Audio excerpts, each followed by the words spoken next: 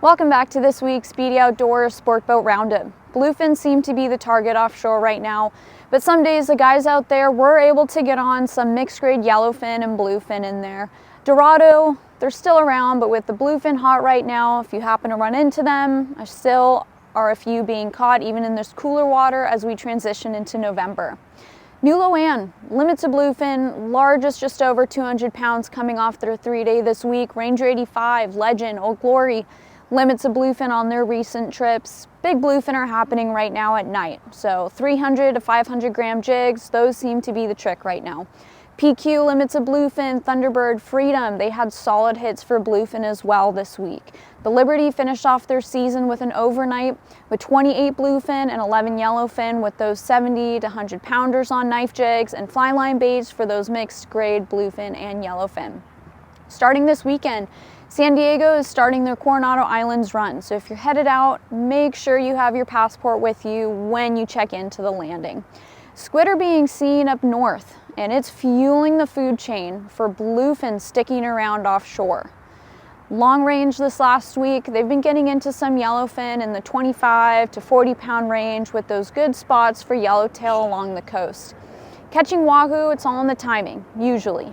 Sometimes you come across a hit, you might scratch out a few, but this week a boat in the fleet had them boiling in the corner and got into that solid wahoo bite. As you know, the bluefin bite during the day, it's never a promise. You can only go down so much in your line size before you start compromising and undergunning your gear for the grade of bluefin that you might be getting into.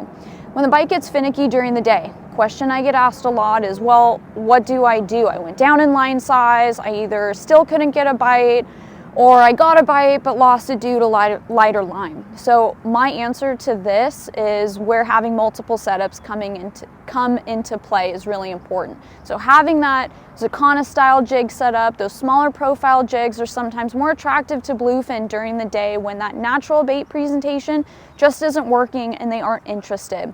So those small, flashy, darty jigs are sometimes better at attracting their attention, and it causes that school to divert their attention and appeal to that type of lure reaction, and you're usually able to get a couple bites going out of it. But you can get away with heavier line than what you would use for fly lining, but I would not go less than 40 pound test for that fluoro leader. I've seen bites both on the retrieve and on the fall, so always be ready. Make sure you're dropping it down deep enough. That's all I have for this week. We're still seeing some pretty phenomenal fall counts and quality this time of year, giving us hope for the off season and going into a potentially warm summer in 2024. Take advantage of it while you can with less crowds and these dedicated captains and crew working day in and day night for you. Good luck out there. I'll catch you all next week.